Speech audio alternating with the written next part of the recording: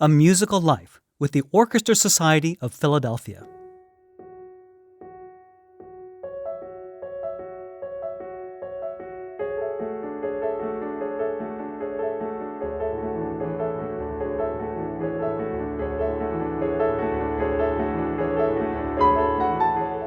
Most folks can't wait for Friday to get out of their day jobs and do something else. But for the musicians and music lovers of the Orchestra Society of Philadelphia, music is a way of life, and you'll find them gathered together every Friday night reading through symphony orchestra works just for fun.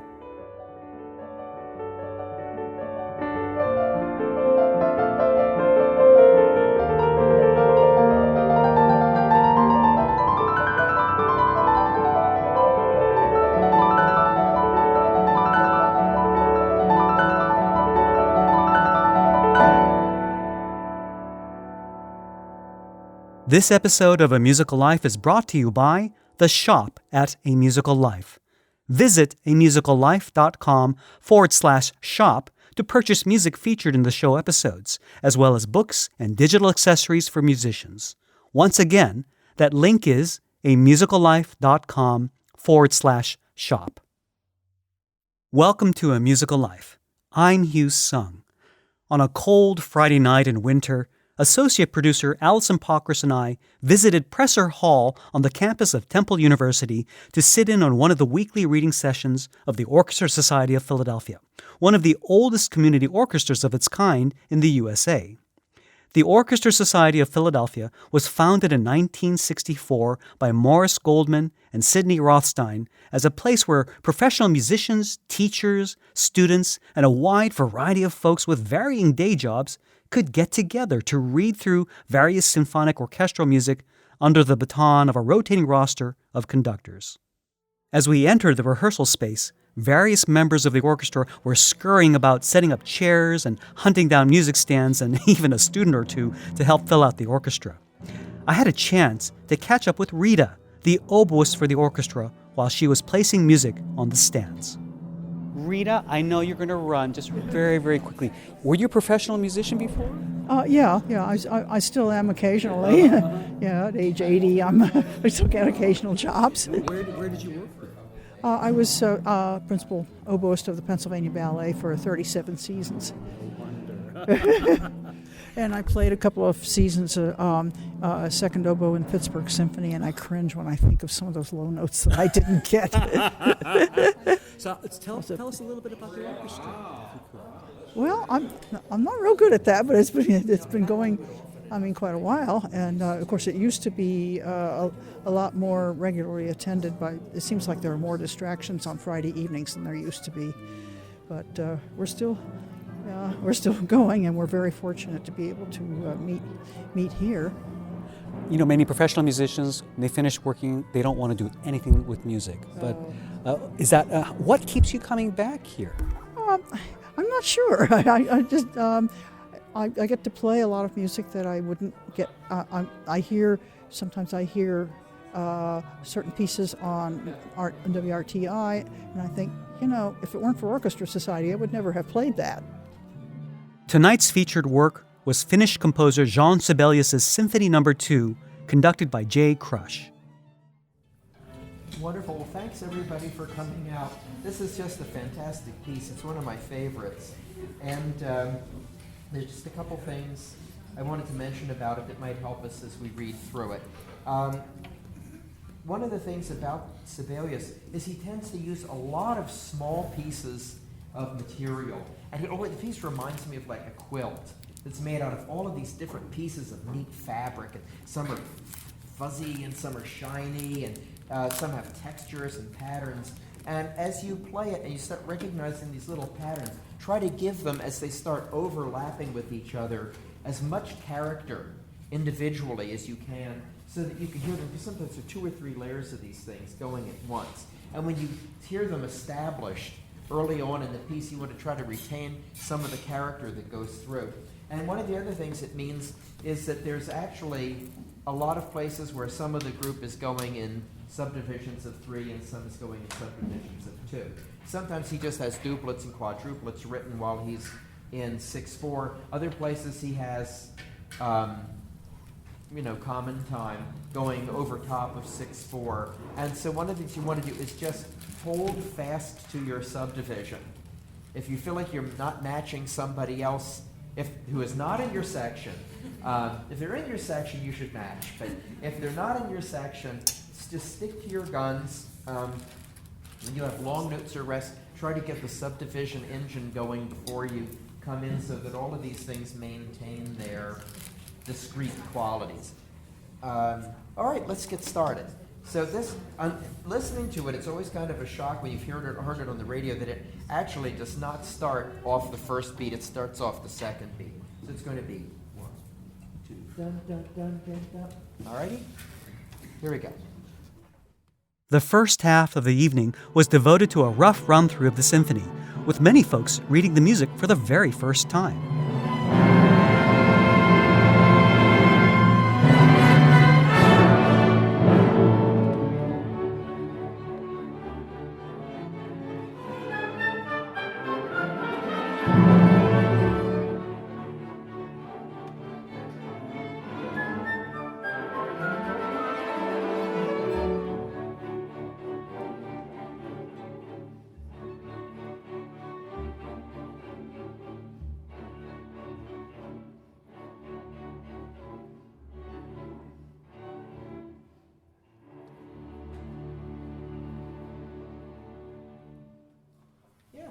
Starting to shape up. Good. Let's keep going, because what I'd like to do is, if we can get through the whole piece, I'd love to take a break and go straight through. Yeah. After the read-through, there was a short break, and I had a chance to interview some of the players to ask them what makes them brave traffic and bad weather to read through orchestra music on a Friday night. I'm Tamara, and I play the cello.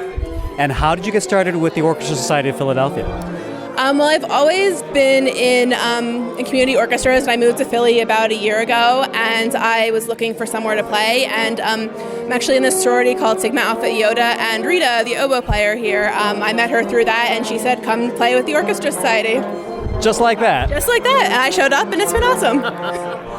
So what do you get out of on a Friday night, most people would be going out to parties, going out to bars. What do you get out of being at the Orchestra Society? So I'll tell you, going out to a bar does not feed your soul the way music does. So I really just I don't come every week, but on the nights I come, I really feel like I leave just refreshed and rejuvenated, and like I'm really gaining something from my time. So it's really just for fun? Absolutely. Do you feel any pressure when you're here? Because for the most part, you're seeing this music for the first time, right? Yeah. Not so much pressure. It depends on the conductor. I really like the guy conducting tonight. He's a lot of fun in explaining what we're doing. There was one guy, a couple of months ago who just was mean. When you missed a note, he's like, cellos, gotta get on it. And I did not have fun that night. So please tell me your name and what you play. I'm Tim Carvis. I play cello. And how did you get started with the Orchestra Society of Philadelphia? Well, I started in 2003. So I've been here quite a while. And do you come every week? Just about. I try to. When you could be doing your own thing on Friday, what makes you come and do this and spend this time to read through music like this? Why do I come? Well, it's such a different thing from my, working at Comcast. It's just a whole different environment. So were you playing music professionally at some point, or? No, I've never really been a professional. How long have you actually been playing the cello? Third grade. But you always did it just for fun? Yeah. Mm-hmm. And may I ask what you do at Comcast? I'm an engineer. So this really exercises another part of your brain. Right, exactly. Yeah, that's great. Do you find it very therapeutic? Yes. Mm-hmm. Yeah, Steve Tanzer. Also play principal flute and also solo piccolo in the section. I'm the section coordinator. And I've been playing in the orchestra since September of '71. So a long time. It's interesting. Please tell me a little bit about your flute, because you actually... Okay, it's a Flute Makers of Australia flute. The head joint is 9-karat gold, and the body is a heavyweight silver, 18-gauge silver. How did you get started with the orchestra? Well, I came here, I was here a year playing down in Miami Philharmonic, playing solo piccolo for a year. And I came up here to, felt I needed more to study with John Krell, who was the Philadelphia Orchestra piccoloist under Eugene Ormandy for 30 years. So I was very fortunate to come along when I did. And the first week I was here, I was rooming with John Soroka, who was played timpani here. He's from Philadelphia. In fact, he just retired from the Pittsburgh Symphony, where he was solo percussion there for quite a number of years. So I was rooming with John, and the first week, one day, I get a call from Morris Goldman, who was the co-founder of the orchestra along with Sid Rothstein. Morris was also principal of French horn. And he called to talk to John, and of course I got the phone because John wasn't there. And he said, well, who are you? And I told him who I was and a little bit about myself and what I was doing here and studying flute and piccolo with Mr. Krell. And then he says to me, are you good? And I said, yeah, I'm pretty good. He says, oh, good. He says, well, why don't you come down to rehearsal? And that was the first week I was here. That was September of 1971, and I've been here ever since in the section. My name is Rick Yingst, and I'm a trumpet player. I've been in this thing since 1969. What keeps you coming back for so long? I think I don't know what to do on a Friday night, but no, it's actually fun. There are times as I get older when I grumble to come down here, but when I finally sit down and play music, if we've got a good turnout and we've got a good conductor, then I'm very happy to be there. What do you get out of it, besides the fun? You get a chance to play things that you always loved. I mean, this symphony is one of my favorites. So if I'm hearing this tonight, I'm hearing Ormandy's recording from 57, who has my teacher playing first trumpet on it, and I hear that sound. I hear him smoking, through this thing. Now, were you a professional musician before doing this? So what did you do? What was your career? Oh man, I don't want to talk about it. Okay. I had a newspaper delivery business, a large newspaper delivery. I'm talking like 1,000 papers on Sunday. And I did it because I could be free to play. And back in the day, it made really good money that you couldn't get today. So my name is Chrissy Belizzi. I play in the percussion section, and by day I'm a librarian at the Haverford Township Free Library out in Delaware County. And I got started playing music. Actually, I played piano to start with. My mom's a pianist, and I just kind of started learning from her back in the day. And then when it came time to pick a band instrument, I went to a little Catholic school, and the band program, the percussion consisted of either snare drum or bell set. And I figured, well, bells are just kind of like a giant piano. I can handle that.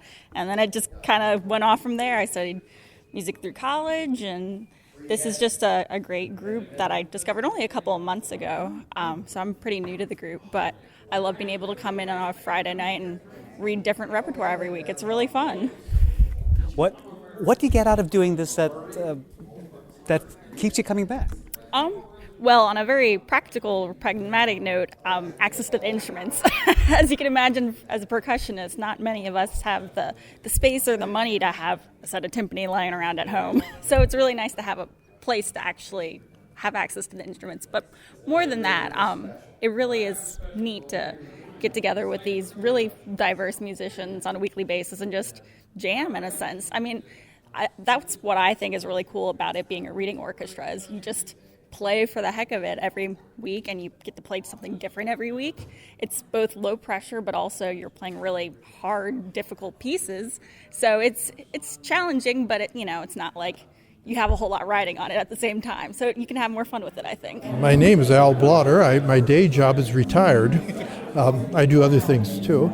I first played with the Orchestra Society probably in 79 or 80. But it was actually not because of my talent, but because I was head of the music department at Drexel, and they rehearsed in our space, so they felt obligated to invite me. They did a Mahler first, and I played seventh horn or something like that, and they were shocked that I could keep my place. So then I started subbing, and I've been playing off and on with them ever since.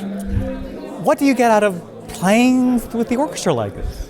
Well, obviously a lot of fun, because I don't get to play this kind of ensemble at this level very often.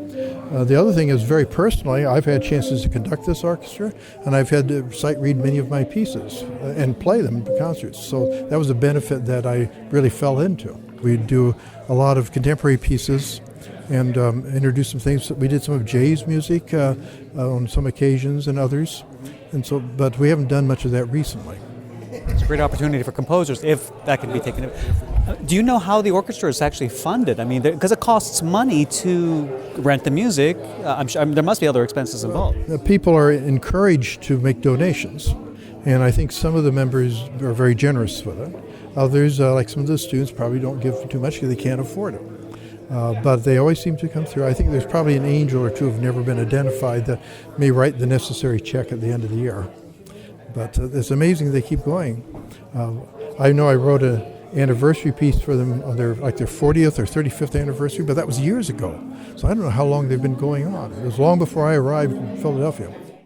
Interestingly, there was a young student sitting off to the side, reading the score of the music on her laptop during the rehearsal. I was so curious to find out why this student decided to spend her Friday night watching a community orchestra rehearsal instead of going out with her friends. I noticed that you were sitting here in the corner. You're not playing an instrument. You've got a laptop, and what's interesting is you actually had the score of the Sibelius, and we're reading along. So I was wondering, are you a musician? I am. I'm a violinist, but a beginning one. It's interesting. So tell me what you actually do. I'm a computer science student at Drexel. Can you give me your first name and why you come? You're sitting here by yourself. You could be out with your friends. You could be out partying on a Friday night. Why are you here sitting in on an Orchestra Society of Philadelphia reading? Because this sounded like the most fun thing that I could do with my Friday night. I mean, I love Sibelius, and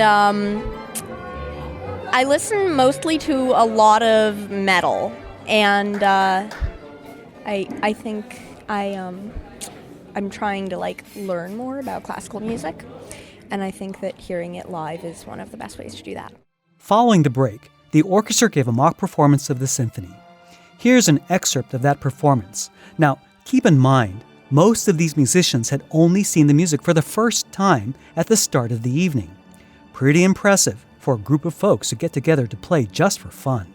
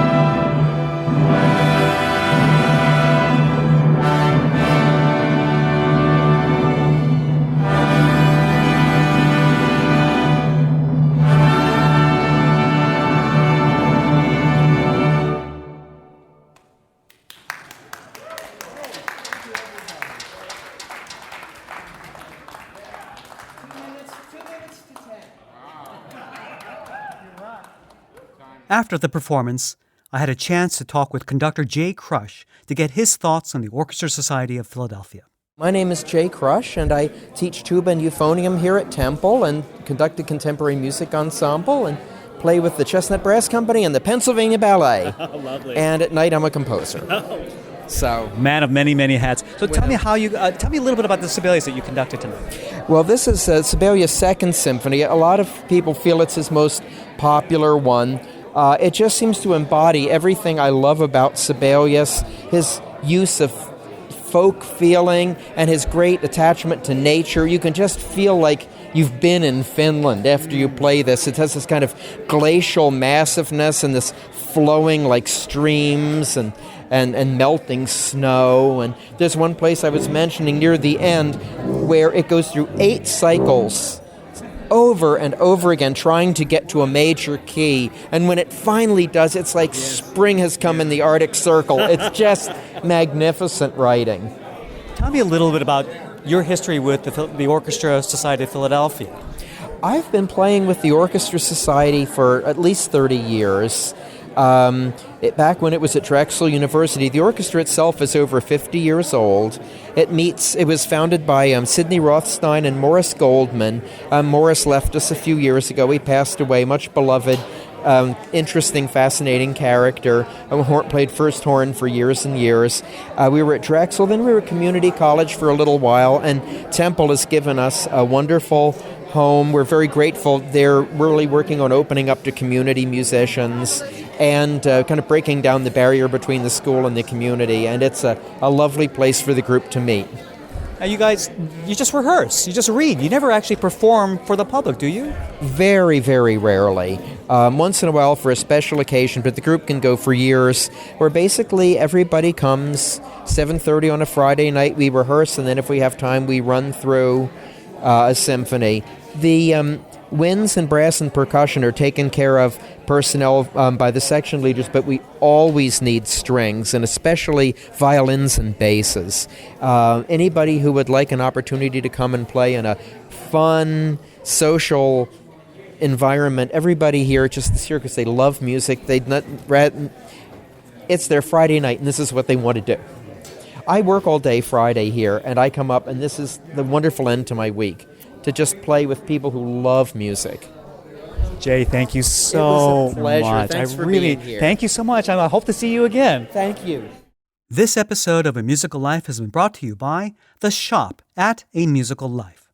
From MP3s to CDs, books and accessories for reading digital sheet music, the online shop at A Musical Life is a great resource for enjoying the stories you hear on this show. You'll find full recordings from most of the excerpts you hear during the interviews, many of which you can purchase and download instantly. Check out the recording of Eugene Ormandy's monumental 1957 performance of Sibelius' Symphony No. 2, as mentioned by Rick in this episode. Your purchase helps to support this show and continue bringing great stories about making music and the things that move our souls. Visit the shop at amusicallife.com/shop. Once again, that link is amusicallife.com/shop. For links to the Orchestra Society of Philadelphia website and photographs from the rehearsal featured in this episode, visit the show notes at amusicallife.com. And be sure to leave a comment or send me your feedback by email at stories@amusicallife.com. I'd love to hear from you. If you like this show, tell a friend or share a link on Facebook or Twitter. Be sure to subscribe to A Musical Life through iTunes or Stitcher or with your favorite podcast playing app. And consider posting a review in iTunes by going to amusicallife.com/review. Your iTunes subscriptions and reviews help to share this show with other listeners. So, thank you for all your support. Special thanks to Allison Pokras, who co-produced this episode and took all of the wonderful pictures. Until next time, I'm Hugh Sung, and I wish you a musical life.